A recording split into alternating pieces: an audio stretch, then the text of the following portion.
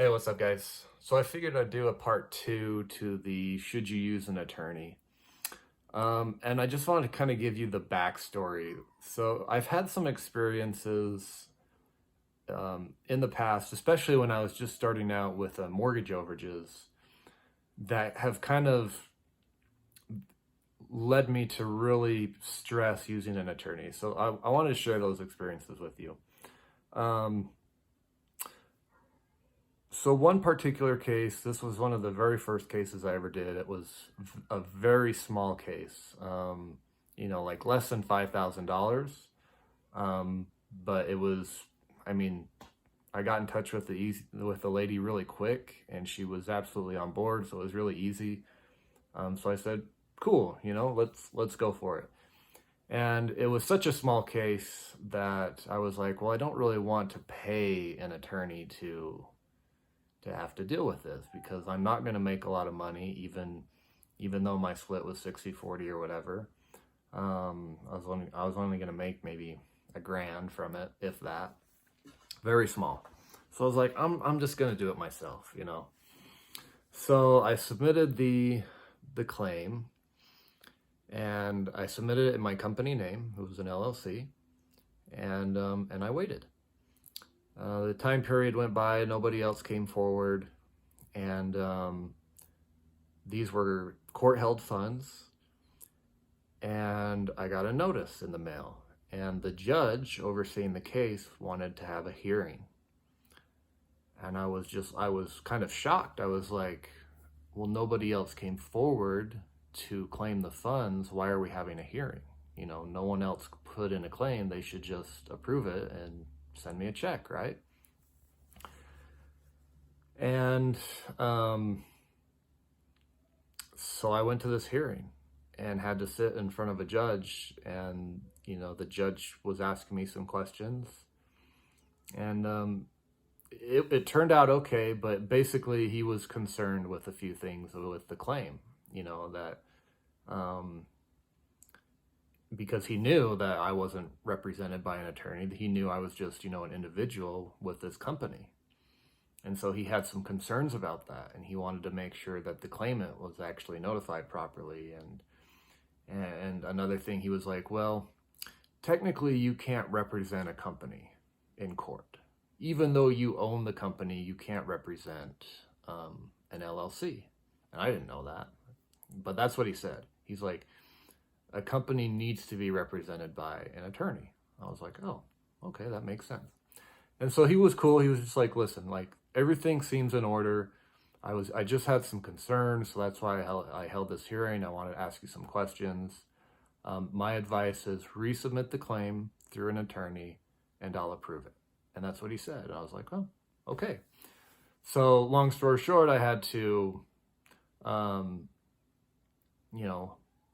submit the claim again, but through an attorney, and I had to pay the costs anyway.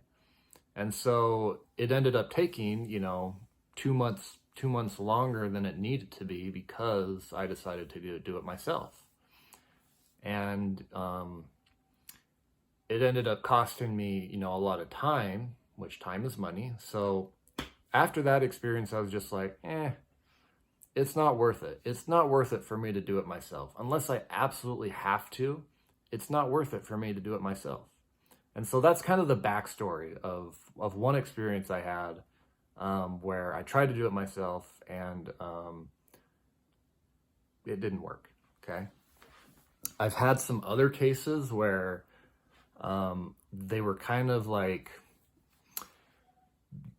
they were gambles, basically. And so I was like, well, this is a gamble, so I don't want to pay an attorney to see if this case will come through. So I'll do it myself. And there's two in particular where I just submitted the claim on my own, and it got denied. The claim got denied on both parts. They didn't even have a hearing. They're just like, nope, deny. We're not going to approve this. So I was like, oh, well, okay then.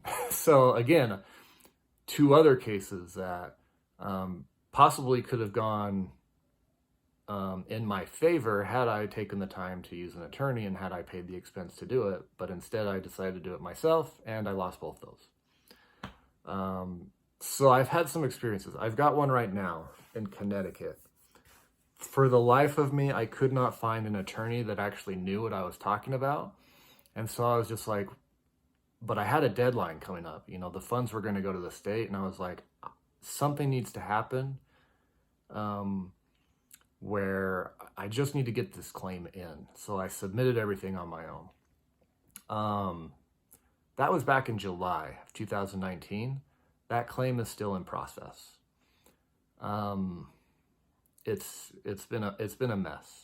Long story short, I also I had to pay to get some servicing done. Servicing is just where you send out notifications to everyone that's maybe entitled to the funds. I paid like $1,000 to get that done.